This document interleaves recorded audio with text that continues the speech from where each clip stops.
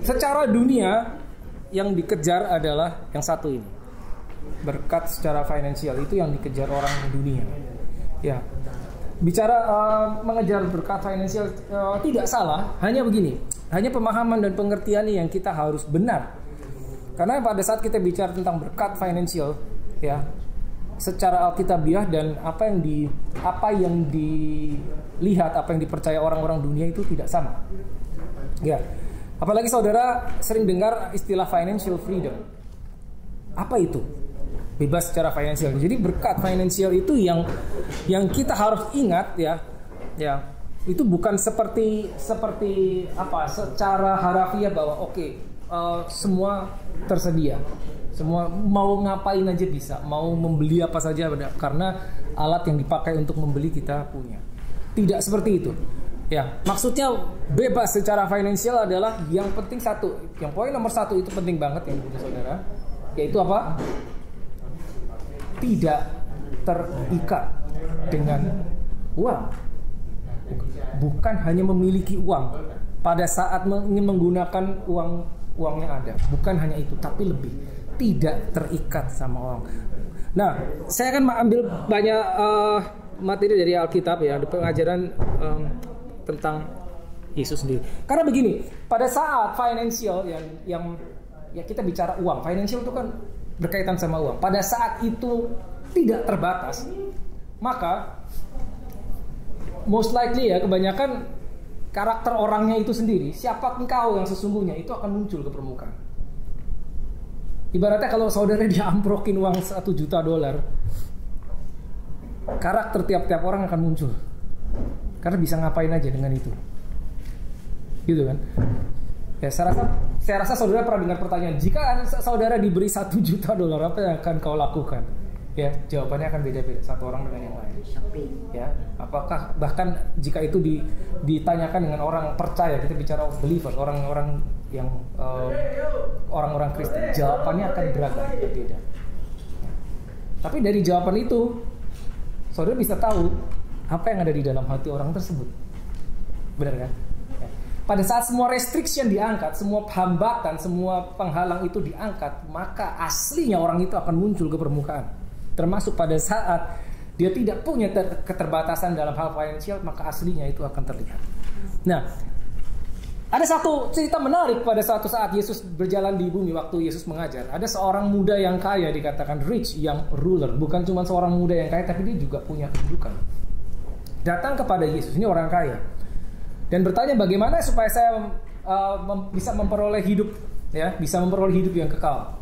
Ini orang kaya, bukan orang jahat, saudara sih boleh lihat di cerita itu. Dia bukan orang jahat, tapi yang anehnya Yesus memberikan kepada dia hukum Taurat. Kau sudah tahu apa yang tertulis di dalam kitab Musa? Lalu dibacain sama Yesus apa hukum Taurat Musa, ya, 10 perintah dibacakan. Apa? Jangan ada padamu Allah lain, ya, ada termasuk hormatilah ayah ibumu dan seterusnya. Dan orang tersebut, orang muda yang kaya tersebut menjawab, semua itu telah aku lakukan sejak muda. Apa yang kurang? Ya, dia kata gitu kan. Dia bilang, banyak kan. Semua telah aku lakukan. Perfect banget ini orang. Yesus bilang, satu yang kurang. Cuman satu. Yesus bilang apa? Harta. Ya? Jual. Seberapa banyak yang dijual? Semua. Hartamu. Habis itu suruh ngapain? Berikan kepada orang miskin, lalu ikut aku. Pertanyaannya, kenapa Yesus suruh jual semua, bukan sebagian? Kayaknya nggak masuk akal. Jual semuanya, kasih orang miskin, lalu ikut aku. Supaya tidak terikat.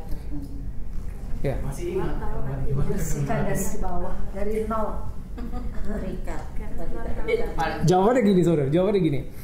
Sekarang gini, kalau saudara punya uang 100 lah, yang gampang ya, secara matematis gampang. Saudara punya saudara punya uang 70. Lalu saudara memerlukan dana sebanyak 100. Kurang toh? Ya, karena saudara perlu dana 100 tapi saudara hanya punya 70. Entah 100 kalau untuk membeli sesuatu atau membayar sebuah kebutuhan. Ya. Saudara perlu 100, saudara hanya punya 70. Kurangnya berapa? Gampang. 30. Maka pada saat itu engkau berdoa, engkau bergantung sama Tuhan cuma 30%. Karena sudah punya 70. Sehingga 70 kita bisa bermegah. Saya udah punya Tuhan 70. Sehingga pada saat saya harus memberikan kemuliaan kembali kepadamu, engkau hanya dapat 30 Tuhan. Nah, anggap. Karena saya udah punya 70. Gitu loh. Di kekekalan nanti cuma satu yang kita bilang. Ya, worthy is the lamb. Bukan worthy is the lamb and me. Gitu loh. 100% kemuliaan buat Tuhan. Kita harus know. Gitu loh. Dan itu Yesus bilang. Dan kita tahu ceritanya anak muda itu pergi dengan sedih karena banyak hartanya. Hukum Taurat yang pertama, jangan ada padamu Allah lain. Ternyata dari pertemuan singkat dengan Yesus, Allah lainnya adalah ya uangnya dia itu. Gitu loh. Nah, ini penting sekali tentang finansial. Jadi ingat saudara, financial freedom, bebas secara finansial bukan berarti banyak uang dan kita bisa berbuat apa saja, tapi tidak terikat dengan uang. Ya, uang itu cuma bisa jadi dua hal. Kalau nggak dia jadi tuan, dia jadi hamba. Pada saat kita memperlakukan dia jadi tuan, maka kita akan pegangi terus. Jadi pada saat kita perlakukan dia sebagai hamba, kita akan suruh kemanapun dia. Oke, kamu pergi ke sana berkati itu, kamu pergi ke sana, dia harus ikut karena dia hamba. Posisinya cuma dua itu. Nah, di Alkitab Yesus pernah mengajarkan sesuatu yang menarik. Matius 6 ayat 24. Boleh satu orang yang bahasa Indonesia boleh buka Matius 6 ayat 24 real quick. Matius 6 ayat 24. Yesus mengajarkan sesuatu tentang uang. Apa itu? Salah satunya ini. Semua sudah pernah dengar, tapi kita harus baca versi bahasa Indonesia. Silakan. Tak seorang pun dapat mengabdi kepada dua tuan, karena jika demikian ia akan membenci yang seorang dan mengasihi yang lain, atau ia akan setia kepada yang seorang dan tidak mengindahkan yang lain. Ya, tak seorang pun bisa mengabdi kepada dua tuan. Kata tuan di situ itu sama dengan Tuhan, Lord, Master. Bahasa aslinya itu bahasa Ibrani adon, adon. Dari bahasa itu kita tahu ada istilah Adonai, Lord, Tuhan. Yesus menjelaskan cuma dua Tuhan, nggak ada tiga. Apa itu? Mammon atau God of Israel, Yahweh. Pada saat itu cuma dua, nggak ada tiga. Dan dia bilang tidak bisa mengabdi kepada dua Tuhan. Betul toh? Karena kita ikut Tuhan nggak ada abu-abu saudara. Hitam, putih, kita berada di tengah di abu-abu, nggak bisa. Kalau nggak kita berada di hitam, kita berada di putih atau sebaliknya. Tidak mungkin orang mengabdi kepada dua Tuhan, mengasihi dua-duanya. Nggak bisa ternyata. Yesus yang ngomong loh. Kita mungkin bisa bilang bisa Tuhan, tapi Yesus bilang nggak mungkin. Karena kau akan mengasihi yang ini dan tidak mengasihi, dalam arti membenci yang ini atau sebaliknya. Tuhan, Lord, ya, Adonai, Lord. Nah, siapa yang di sini real estate agent? Nggak ada. Kalau saudara berhubungan dengan real estate agent, saudara pernah dengar istilah landlord? Artinya apa? Tuan tanah. Owner. Pemilik tanah tersebut. Ya, tuan tanah itu berarti dia yang punya. Makanya tidak bisa mengabdi pada uang dan kepada God, Tuhan. Ya. Gitu. Lord, landlord adalah pemilik. Ya, pada saat kita mengabdi kepada Tuhan, berarti kita harus titik itu mengakui bahwa Dia yang memiliki kita. Cuma itu sebetulnya. Berarti Dia yang memiliki seluruh kehidupan kita, termasuk Dia yang memiliki uang kita. Itu dikatakan mengabdi. Ya.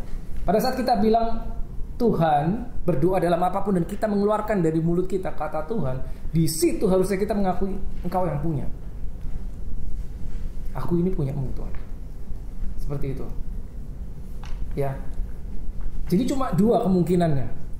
Kalau enggak kita mengabdi kepada Tuhan, God, pasti uang yang take over. Tapi secara ironis kita tahu seluruh dunia ya yang dikejar itu.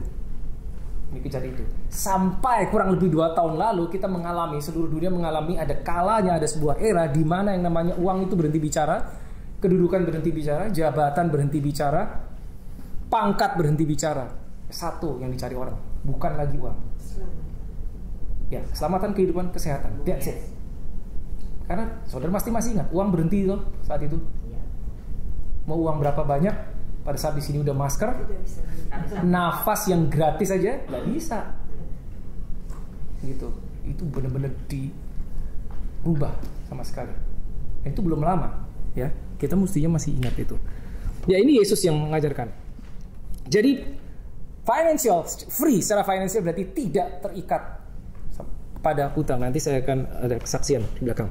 Now, kita tahu bahwa Yesus selama di bumi, dia mengajarkan kingdom system. Semuanya selalu based on kingdom. Kingdom of God, kingdom of heaven, the kingdom. Mungkin mereka pada saat itu orang-orang Israel nggak tahu maksudnya apa ini kingdom. Ya, tapi itu selalu yang Yesus katakan. Kingdom, system. Kingdom itu sebuah sistem ya. Saudara mesti ingat, begitu saudara menemukan kata kingdom ya di Alkitab saudara, itu berarti sistem. Sistem ilahi. Sistem itu begini. Sistem itu jika saudara melakukan A, hasilnya maka B. Sistem. Jika saudara melakukan C, maka hasilnya D. Jika saudara tuang 1 sendok gula di minuman saudara, maka hasilnya manis. Jika saudara tuang 1 sendok garam, maka hasilnya asin. Itu sistem. Ya, pasti berhasil. Ya, gitu loh. Itu sistem. Makanya dia mengajarkan kingdom system. Nah, di dalam sistem kingdom itu cara untuk menjadi prosper, kaya itu tidak jahat, tidak salah, tidak. Uang itu nggak salah, tapi cinta uang itu yang problem, ya, jangan salah. Jadi bukan uang akar kejahatan, tapi cinta akan uang, ya. Nah di dalam sistem kingdom system, untuk menjadi kaya itu bertentangan 180 derajat dengan sistem dunia, ya. Sistem kingdom of God sama kingdom of this world. Bedanya gini, secara dunia kalau kita mau punya uang, ya kita harus pegangi. Hartamu itu kau pegang. Tapi in the godly system cuman satu. Begini toh, give. Bertentangan toh. Makanya banyak yang gak percaya. Kalau di dalam dunia begini, begitu udah kita punya, udah di tangan kita, pegang, jangan sampai lepas. Bila perlu ambil lagi. Tapi sistem surga begini. Ya, nggak masuk akal buat manusia, nggak bisa dipahami buat orang yang tidak dengan Holy Spirit, nggak bisa. Akan merupakan kebodohan bagi dunia kalau kau punya tapi kau lepaskan, itu kebodohan, nggak masuk akal.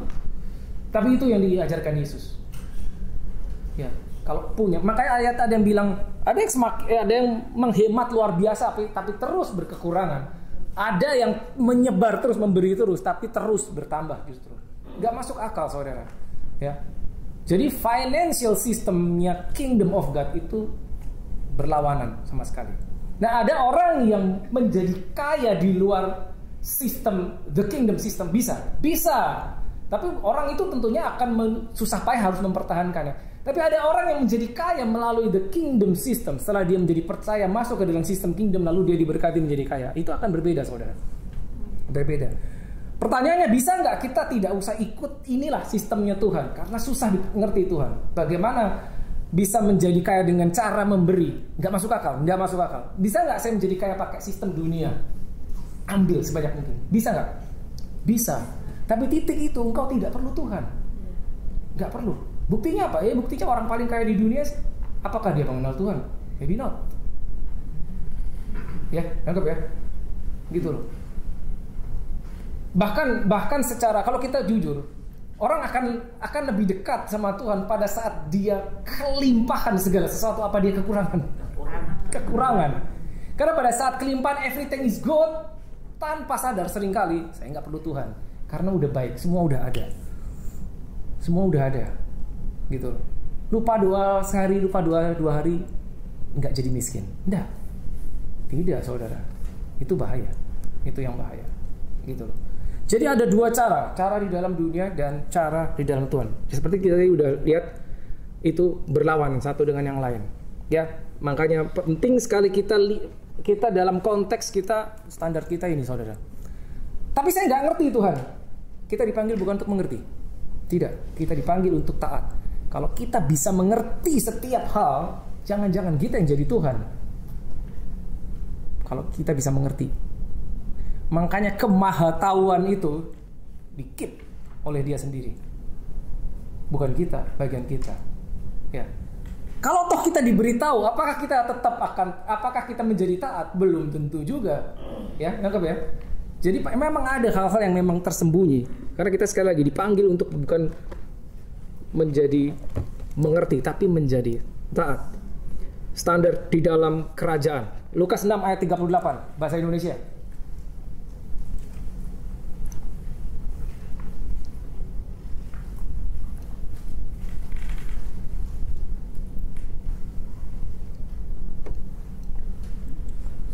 Lukas 6:38. Ya, satu orang boleh. Berilah dan kamu akan diberi suatu takaran yang baik, yang dipadatkan, yang digoncang dan yang tumpah keluar akan dicurahkan ke dalam ribaanmu. Sebab ukuran yang kamu pakai untuk mengukur akan diukurkan kepadamu. Kalimat terakhir, ukuran yang kamu pakai akan diukurkan kepadamu. Jangan lupa itu saudara, itu standar. Ukuran yang kita pakai dalam segala hal itu akan diukurkan kepada kita. Cara kita memandang suatu masalah, cara kita memandang manusia lain, cara kita memandang keuangan, itu yang akan diukurkan kepada kita. Itu sebuah standar. Dan kalimat pertama, apa tadi kalimat pertamanya? Berilah dan kamu akan diberi. Berilah, maka kamu akan diberi. Jadi di dalam sistem, the kingdom system, satu-satunya cara untuk prosper adalah begini. Give. Berilah, maka kamu akan diberi. Ya, itu sistem. Lakukan A, hasilnya B. Ya.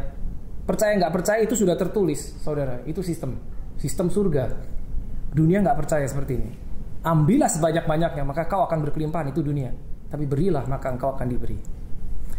Kalimat selanjutnya,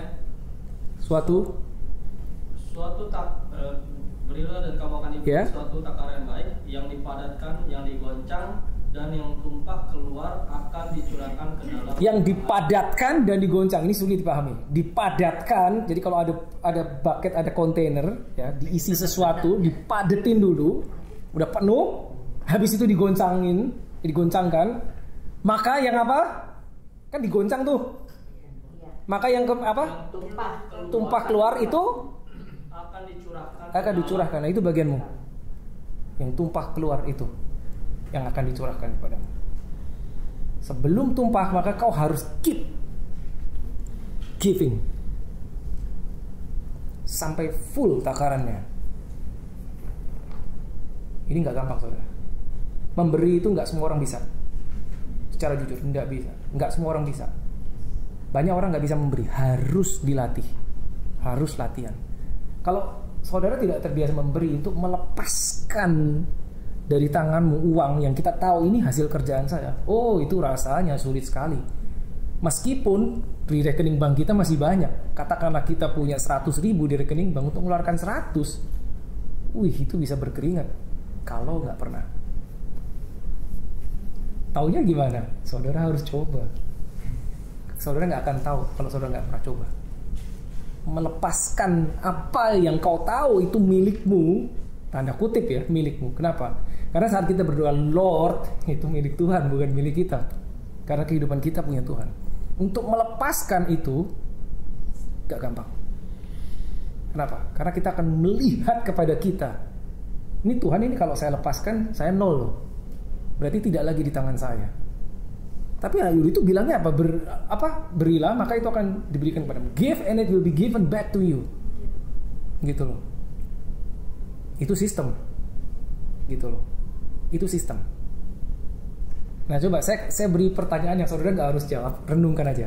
Kapan terakhir saudara memberi atau menolong orang miskin atau orang yang nggak punya? Ya, nggak usah dijawab, renungkan aja. Kapan terakhir? Atau pernah nggak? Kalau pernah, kapan terakhir? Berapa jumlahnya? Oh, bukankah jumlah itu nggak ngaruh? Betul, nggak pengaruh. Tapi, ya. Bagaimana sistem kerajaan surga? Lihat ya, ingat ya. Ukuran yang kau pakai akan diukurkan kepadamu. Kalau kita melihat pada saat kita memberi, ya, kita memberi dikit aja, nggak usah banyak-banyak. Berarti itu ukuran kita, betul toh? Itu akan diukurkan kepada kita. Saudara kebayang nggak sih pada saat kita minta sesuatu sama Tuhan, kalau Tuhan bilang, aku kasih dikit aja. Apa Tuhan begitu? Tidak. Alkitab berkata, ukuran yang kau pakai diukurkan kepadamu. Standarnya itu standarnya kita diterapkan kepada kita. Saudara ingat pada saat perumpamaan yang seorang diberi talenta, lalu tuannya pergi, ya kan? Pada saat tuannya kembali, dia mengadakan perhitungan sama hambanya. Lalu yang punya 1 talenta kan datang kepada Tuhan, ini saya kembaliin, tapi tetap 1 Tuhan, ya kan? Karena aku tahu engkau orang yang begini. Dia bilang tuannya itu jahat, mengambil di tempat dia tidak menabur. Jadi dia menganggap tuannya seperti ini. Lalu tuannya bilang, jika kau menganggap aku seperti itu, ya itu yang akan terjadi kepadamu. Gitu loh. Jadi itu ukuran yang diterapkan kepada kita, itu ukuran kita. Gitu loh. This is godly system. Nah, menariknya kalau kita bicara jumlah, kita lihat Lukas 21 ayat 1 dan 4. Lukas 21 ayat 1 dan 4. Bahasa Indonesia, silakan.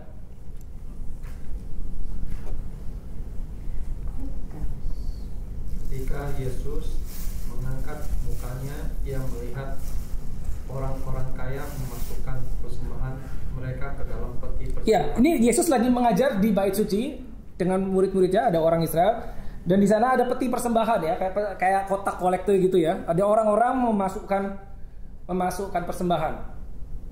Terus Yesus stop, lihat tuh, kamu perhatikan. Ya, lanjutnya. Ia melihat juga seorang janda miskin memasukkan 2 peser ke dalam peti itu. Lalu ia berkata, aku berkata kepadamu, sesungguhnya janda miskin ini memberi lebih banyak daripada semua orang itu. Sebab mereka semua memberi persembahannya dari kelimpahannya, tetapi janda ini memberi dari kekurangannya. Bahkan ia memberi seluruh nafkahnya. Ya, apa yang saudara bisa pelajari dari ayat itu? Ini Yesus mengajarkan murid-muridnya tentang give, standar pemberian. Ya, sebetulnya bukan bicara jumlah, tapi begini saudara. Ya, kita lihat baik-baik dari ayat ini. Orang banyak memasukkan ke peti persembahan. Ada orang kaya masukkan sampai ada janda miskin. Dia cuma memasukkan 2 peser, dikatakan gitu. Itu ya mungkin katakanlah 2 keping uang logam, ya. Tapi Yesus bilang ini yang memberi paling banyak. Duit semuanya yang dicemplung ya. Ya itu dia. Jadi ilustrasinya begini saudara. Ya. Kalau saudara misalkan memberi 10 lah, katakan biar gampang ya, kita beri kelipatan. Kalau saudara memberikan 10, ya. Di rekeningmu ada 20. Ya, kau punya 20, kau berikan 10. Ada orang lain juga memberikan 10. Jumlahnya sama toh, tapi rekening dia sebetulnya ada 1000. Yang dikasihin sama-sama 10. Kita memberi 10 dari 20. Ada orang memberi 10 juga, jumlahnya sama persis, tapi rekening dia ada 1000. Ternyata Tuhan lihatnya bukan jumlahnya 10. Oh, sama-sama ngasih 10, no.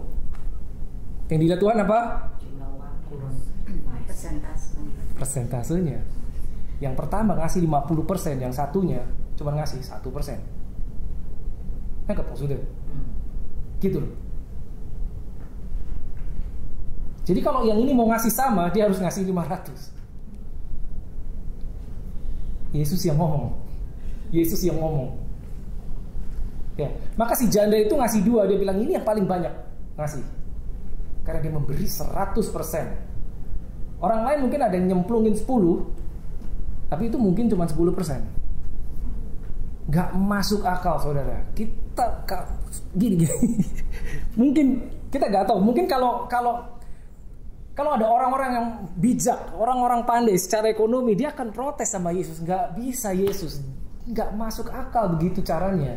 Gitu loh. Gimana pun juga dunia melihat nominal. Tidak dengan Tuhan, tidak. Bukan. Alkitab yang berkata. Itu dia. Jadi pada saat kita memberi, itu sebetulnya tidak berdasarkan dari kondisi kita, enggak. Maka dibilang kan, dia memberi dari kekurangannya, bukan memberi dari kelimpahannya. Ada satu cerita bagus. Saudara tahu Bill Gates? Dia pernah jadi orang terkaya di dunia. Mungkin sekarang udah bukan nomor 1, nomor 2, nomor 3, mungkin nggak tahu. Jadi rupanya sebelum dia jadi orang terkaya di dunia, dia itu dulu belum terkenal lah, katakanlah. Ini cerita mungkin benar karena ini seringkali di posting. Dia waktu itu masih kerja gitu, jadi dia naik kereta, lalu turun di stasiun, lalu dia selalu pergi ke sebuah kios koran. Kios koran. Tapi dia pingin beli koran, tapi dia nggak punya uang. Lalu dia cerita aja sama tukang koran, ya udah kan bawa aja, udah dikasih. Dan itu nggak sekali 2 kali, sering. Jadi dia kenal dengan orang itu karena sering diberi koran. Berapa sih harganya satu koran? Nah, suatu saat waktu udah berlalu sekian puluh tahun kemudian dia jadi orang terkaya di dunia, dan dia ingat ada orang yang pernah baik sama dia. Lalu dia datangi kembali kios itu, orang itu masih ada, masih jualan koran. Dia menawarkan, saya berikan sekian ribu kepada Anda. Ditolak sama orang itu. Terus dia bilang, kamu tahu gak saya siapa? Dia bilang gini, saya tahu kamu siapa, tapi kamu tidak bisa mengalahkan pemberian saya, karena saya memberi kamu dari kekurangan saya. Kamu ngasih $1,000 pun itu dari kelimpahanmu. Itu dia. Nah itu cerita benar, tapi itu menyentuh. Maksudnya itu udah di Alkitab. Orang memberi 2 keping itu dari kekurangan dia. Mungkin orang lain ada yang memberi 10, 20, tapi dari kelimpahan. Dua-duanya memberi. Jumlahnya beda, tapi Tuhan yang Tuhan lihat adalah prosentasenya atau sisanya ada berapa. Ya. Saudara tahu bahwa Yesus itu close-minded. Jesus is a close-minded person. Close-minded person. Gak ada abu-abu sama Yesus. Kalau nggak putih ya hitam. Kalau nggak kamu berdiri sama aku, kamu pasti berdiri di sisi lawannya, ya kan? Gak ada abu-abu. Di Yesus tuh gak ada abu-abu. Close-minded, makanya dia bilang, akulah jalan dan kebenaran. I am the way, bukan I am a way, bukan akulah salah satu jalan, tapi akulah jalan. Kamu gak bisa pakai jalanmu. Kamu cuma bisa pakai jalanku kalau kamu mau sampai ke Bapakku. Jadi kalau orang mau protes, gak bisa Tuhan Yesus ini baik, yang ini cara ini baik, cara ini gak bisa. Cuman satu, my way. Close-minded, gak bisa ditawar, titik. Kamu percaya silahkan, gak percaya go your way. Yesus seperti itu. Dan dia ngajar murid-muridnya demikian. Dan itu dikatakan this is the kingdom system. Mungkin mereka juga gak paham, mereka gak mengerti, gak percaya. Kok aneh sih ajarannya gitu loh. Sampai sekarang kita masih baca ini kan. Kalau kita jujur, apa gampang? Gak gampang saudara, gak gampang. Jual hartamu, bagikan ke orang miskin. Apa ada yang bisa begitu? Ya, sekian puluh tahun kemudian itu dipraktekkan pada zaman Kisah Para Rasul. Ingat saudara ya, mereka bersatu hati, mereka menjual tanahnya. Barnabas menjual tanah, memberikan kepada para rasul untuk dibagi-bagikan. Itu ajarannya Yesus. Yesusnya sudah, eranya sudah lewat. Tapi itu hidup pengajarannya, gitu loh. Dan sistem itu dipakai sosialis. Banyak negara komunis yang pakai gitu, sistem itu bahkan. Itu dari Yesus, gitu. Jual semuanya, baru kamu bisa ikut aku. Karena ketergantunganmu harus 100% kepada aku. Kita sering berdoa, Bapa kami yang di surga. Kata Bapa, kenapa Yesus mengajarkan doa kepada muridnya? Dia menggunakan, pada saat kamu berdoa, berdoalah our Father, Bapa. Kenapa dia nggak ngomong Tuhan kami, our God? Kenapa dia bilang our Father? Di dalam satu kata Father itu meaningful. Father in the original itu artinya source, sumber, bukan resource. Kita punya 1001 macam resource. Bedanya apa? Resource itu supply, bisa dari apa aja, bisa dari mana aja. But source itu satu. Ya, source itu cuma satu. Makanya our Father, dia mau itu. Gitu. Sehingga pada saat kita datang kepada Tuhan dan kita berdoa our Father, sikap hati kita adalah, Tuhan aku gak punya plan B Tuhan, Engkau satu-satunya. Kita gak bisa datang, Tuhan aku berdoa begini-begini, tapi kalau Kau gak tolong aku, ya udah aku cari plan B. Ada orang, ada bank apa yang bisa menolong aku, ada dokter apa yang menolong. Gak gitu. Source, one single source, no plan B, no. Ditunjukkan sama Yesus seperti itu, our Father. Ya, itu another teaching tentang doa. Tapi intinya seperti itu. Kita harus ingat sumber kita sehingga kita tidak terikat. Mau berapapun jumlah uang kita nggak akan terikat. Saya ada kesaksian satu begini. Tahun lalu waktu lockdown sepertinya. Waktu lockdown. Ya ini Pak Atas sama Bu Noni udah dengar. Saya pernah share. Saya dalam doa, saya begini saudara. Saya berdoa sama Tuhan begini. Tuhan ajarkan aku untuk setia. Nah tahu nggak saudara, pada saat saudara datang kepada Tuhan minta diajarkan sesuatu, pada saat dia menjawab, dia seringkali menjawab dengan apa? Ujian. Toh ini aneh. Tuhan ajarkan aku untuk setia. Oke, misalkan katakanlah Tuhan menjawab, oke aku berikan kau roh yang setia. Tahunya dari mana? Ya diuji dulu dong, bener nggak sih? Benerkah engkau setia? Cuman lah satu taunya. Kita bener nggak apa nggak itu cuman melalui ujian. Sayangnya cuman satu. Nah tiba-tiba kurang lebih nggak sampai 2 hari di Instagram saya masuk message seorang yang namanya pun sulit dibaca. Orang ini berjarak 12.000 km dari Sydney. 12.000 km. Dia ada di sebuah negara Uganda. Tahu di mana Uganda itu? Afrika, saudara. Jauh banget. Dia ini seorang pastor, ya, hamba Tuhan juga, dan dia mengelola rumah anak-anak yatim piatu. Saudara tahu nggak? Bahkan sekarang di Afrika itu masih banyak orang kelaparan. Kita mau makan tuh nggak mikir, saudara. Kita mau beli apa untuk makanan kita nggak mikir tuh. Ternyata di sana masih ada kelaparan. Yang saya maksud kelaparan tuh bener-bener nggak punya makan. Yang makanan itu cuma nasi, mungkin cuma pakai kuah apa yang itu nangis deh pokoknya ngeliatnya. Itu masih ada, masih ada. Zaman sekarang, yes, masih ada. Negara miskin. Saya pun nggak terbuka mata saya sebelum saya lihat itu. Gitu. Saya tanya kaget, loh, kamu dapat ini dari mana? Dia bilang gini, saya berdoa. Dia bilang gini, saya berdoa dan namamu muncul. Gitu. Lalu kita nggak temenan di Instagram. Lalu dia kirim message ke saya. Apa itu kebetulan? Saya langsung ingat, loh, Tuhan, apakah ini sebuah ujian kesetiaan buat saya? Gitu loh. Saya masih bertanya-tanya, kebetulan kan bisa aja kan, kebetulan dong, bisa aja. Tapi terlalu aneh juga, dia jauh banget, dia nggak kenal, kita nggak kenal, tiba-tiba temenan enggak, tiba-tiba dia muncul. Ya saudara tahu lah, biasanya kalau seorang pengelola panti asuhan dia butuh uang banyak tuh untuk ngasih makan anak-anak kelaparan. Saudara bayangkan ya, anak-anak kelaparan ini anak-anak yang orang Afrika ya, jadi mungkin warna kulitnya saudara bisa bayangkan kehidupan mereka gimana, tempat tinggalnya, pokoknya miskin. Saya mulai mikir, aduh, ini ujian kelihatannya buat saya. Ya udah kasih, nggak apa, kasih tanpa mikir, kasih. Saya kirim dong, walaupun dalam hati ini orang bener nggak sih, betul, bener apa salah, bisa bohong, sangat bisa saudara. Saya nggak kenal nggak apa. Nah, saya sempat search namanya siapa, yayasannya apa, saya cari di Google, ada semua bener, nggak palsu, ada semua, ada orang foto-fotonya semua ada, semua bener. Tapi apa begitu saja kita percaya? No, banyak tipuan. Saya kirim $100 saja. Oke, $100. Mungkin itu jumlah yang nggak terlalu seberapa buat beberapa di antara kita. $100. Sudah selesai kan?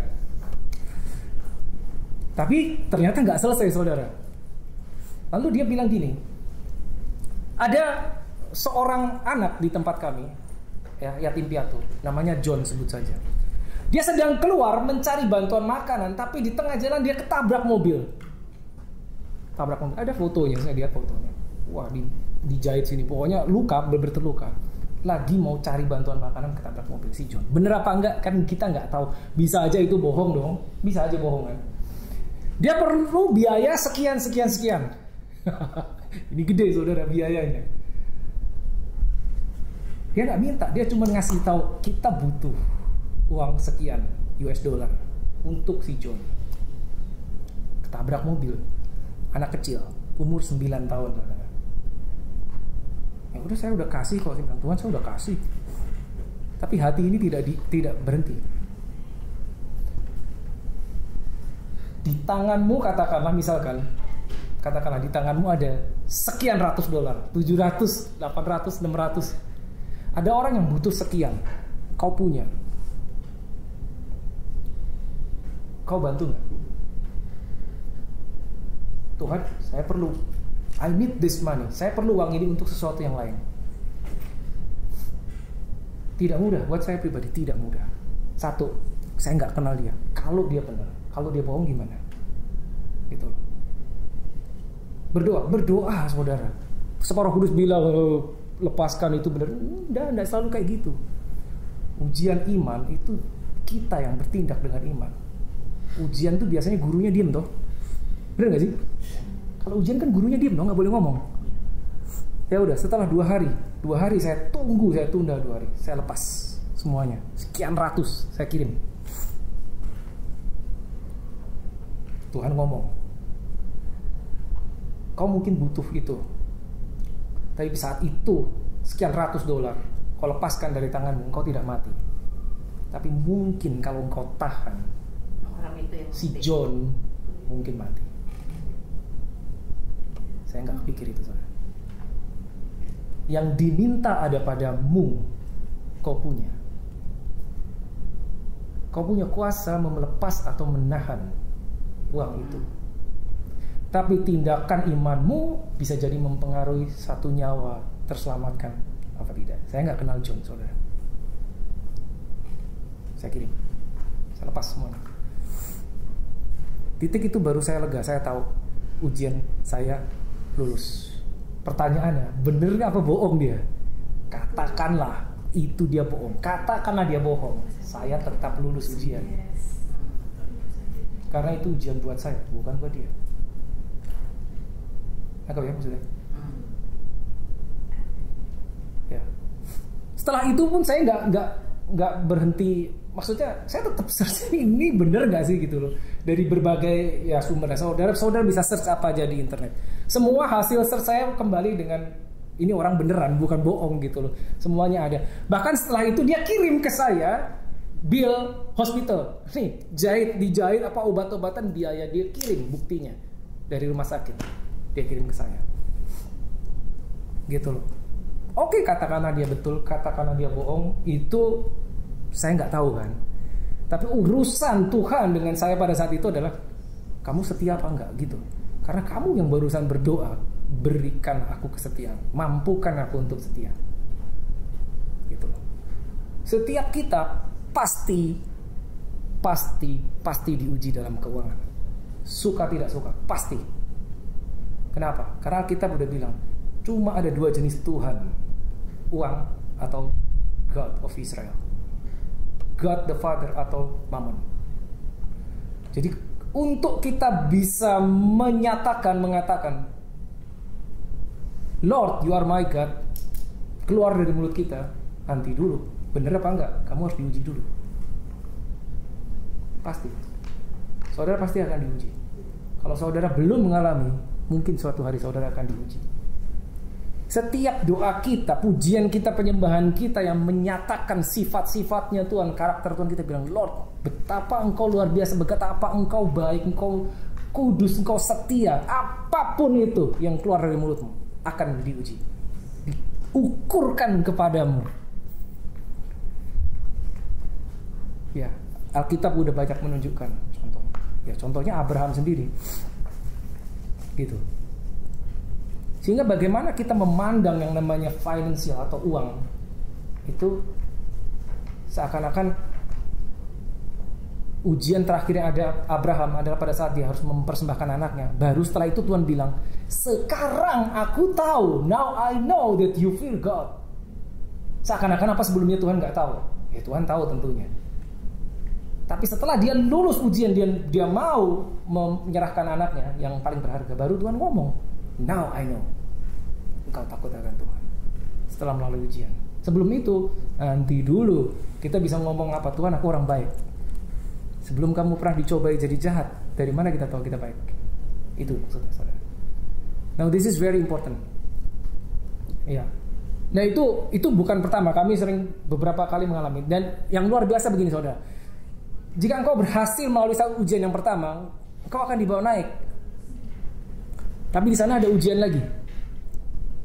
Level yang lebih tinggi. Ya, ada ujian lagi, ada ujian lagi, ada ujian lagi. waktu lockdown juga,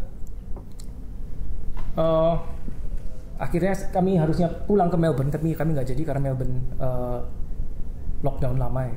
Akhirnya kami tinggal di Sydney. Puji Tuhan dapat rumah, membeli rumah. Nggak ada angin, nggak ada hujan, agentnya memberikan bonus $1.000. Kita nggak nawar, kita nggak minta. Ya tiba-tiba, ini saya kasih deh kamu 1.000 buat kamu beli furniture. Ya kita dikasih uang kan senang dong. Tapi beberapa kali Tuhan sudah membawa kita melalui area di mana pada saat di tanganmu itu ada jumlah tertentu, belum tentu itu untuk engkau. No, belum tentu. Karena apa? Landlord itu yang punya land. Kalau kita berdua Lord, itu dia yang memiliki kita dan memiliki seluruhnya. Kita berdua 1.000 ini untuk apa Tuhan? Langsung Tuhan jawab, kasih dia hamba Tuhan, seorang hamba Tuhan di Indonesia. Semua tabur. Udah. Jadi itu kayak cuma lewat aja. Satu kasih lewat, 1.000-1.000-nya kita lepas. Gitu. 1.000-1.000-nya kita lepas. Gitu. Kita nggak bisa main kalkulator sama Tuhan, saudara. Nggak bisa. Dia yang punya semuanya. Kalau kita main kalkulator, hati-hati. Kenapa? Ukuran yang kau pakai, Alkitab bilang tadi, ya Lukas 6 ayat 38, akan diukurkan kepadamu. Jadi matiin kalkulator kita. Kita dealing sama Tuhan urusan uang, matiin kalkulator kita, nggak bisa. Kalau Tuhan suruh lepas, Tuhan tabur. Orang Israel tahu pada saat susah, jika yang terakhir di tangan kita itu cuma benih itu, jangan dimakan. Itu harus masuk ke tanah.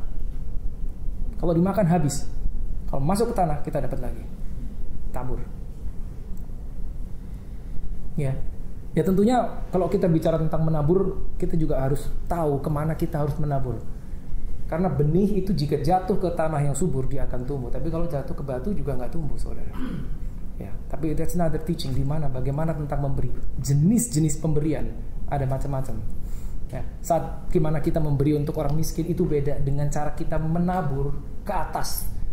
Menabur ke atas itu kita memberi kepada orang yang tidak miskin. Memberi kepada orang miskin ya, kita tahu lah, oh ya dia butuh, ya udah kita kasih. Membantu, itu namanya alms kalau di Alkitab, alms. Bahasa Indonesia mungkin apa? Sedekah atau apalah. Tapi kita bisa memberi ke atas. Memberi ke atas itu memberi ke siapa katakan hamba Tuhan yang sangat diurapi, lalu kita menabur di dalam ministry dia sejumlah besar uang. Apa dia butuh? Enggak, dia udah kaya. Tapi bisa, ada di Alkitab ada. Ibaratnya kalau kau datang kepada raja dan kau mau membawa persembahan, berapa persembahan yang kau berikan kepada raja? Raja dia. Gitu. Kita mengasih 10, 100 ribu, 2.000, 10.000, 1 juta, dia udah punya semuanya. Gitu. Berapa? Gak bisa tuh kita main kalkulator, gak bisa. Karena yang dinilai oleh si raja bukan berapa yang kau bawa, bukan itu yang kau bawa. Saudara ingat cerita Salomo sebagai seorang paling kaya di atas muka bumi. Lalu suatu hari ada ratu dari Ethiopia datang. Kalau saudara baca di Alkitab, ratu itu bawa, dia tahu dia mau untuk melihat hikmat Salomo, dia datang kepada orang yang paling kaya di dunia. Dia bawa persembahan yang banyak sekali. Ini ratu datang kepada seorang raja, so king and king, queen and king katakanlah. Dia bawa kasih. Dia pulang bawa lebih banyak. Karena si raja tidak akan membiarkan dirinya diberi lebih banyak. Dia pasti akan kasih lebih banyak. Itu gambaran apa? Itu loh raja yang kita bilang Lord itu. Gitu. Kita nggak bisa main kalkulator. Nggak bisa sama Tuhan. Itu. Jadi ingat baik-baik saudara. Kalau kita bicara financial, segala tentang uang, kita harus berani pakai sistem the kingdom system. Mungkin saudara akan dibilang nggak masuk akal. Mungkin saudara akan dibilang bodoh oleh teman saudara, rekan saudara, atau orang terdekatmu. Bisa. Karena revelation yang saudara tangkap belum tentu yang duduk di sebelahmu nangkap, belum tentu saudara. Itu bisa personal. Kalau saudara tangkap, saudara lakukan itu, maka urusannya sama orang yang menulis, Tuhan yang punya firman. Gitu loh. Walaupun kiri kanan ngomong nggak gitu, gimana pun juga. Ya, He is a God, faithful God. Itu yang paling penting. Gitu. Kita harus berani action. Gitu loh. Tadi saya udah jelaskan ya, memberi tidak mudah. Kalau orang yang jarang menabur atau nggak pernah menabur itu susah, saudara, berat banget. Bukan jumlah, nggak. Karena memang tidak ada kebiasaan itu. Nggak ada. Saya nggak pernah dibiasakan untuk memberi, menabur benih. Nggak bisa. Mesti dilatih. Jika kita setia nabur 10, kita akan di-challenge nabur 15. Kita akan di-challenge nabur yang lebih besar. Gitu loh. Tapi kita melakukan karena kita tahu this works. Ini beneran. Gitu loh. Petani itu paling tahu. Ya, kalau dia habis panen, dia akan memisahkan bulir-bulir gandum itu. Dia pisahin. Kelas A, kelas B sama C. Mungkin sampai kelas D. The bestnya kembali ke tanah, ditabur lagi sama dia. Kalau cuma untuk dimakan, dia pasti makan yang D. The best kembali ke tanah, kelas B dijual. Petani tahu persis. Gitu. Dan dia tahu kalau dia pada saat musim menabur dia tidak menabur, maka musim menuai dia tidak akan menuai. Dia tahu persis. Gitu loh. Meskipun doa gimana pun juga, pada saat musim menabur dia harus menabur. Lalu ada masa penantian, lalu ada musim tuai, dia tahu dia akan menuai. Karena dia tahu dia sudah menabur. Kingdom system seperti itu. Gitu loh. Sekali lagi, kelihatannya simple, tapi untuk dipraktekkan tidak simple, saudara. Ya, quick review. Jadi ingat, financial freedom bukan kebebasan karena kita bisa membeli, melakukan apa saja dengan uang kita, tapi tidak terikatan kita dengan uang. Maksudnya jika kita punya apa di tangan kita, kita bisa suruh uang itu, karena uang itu hamba kita, pergi kamu ke sana, berkati ministry itu, berkati orang itu, berkati orang itu. Now this is not a theory. Memang pada saat saudara baca ini teori, tapi sampai kau lakukan maka itu akan hidup. Itu aja. Ya, itu aja saya rasa, saudara.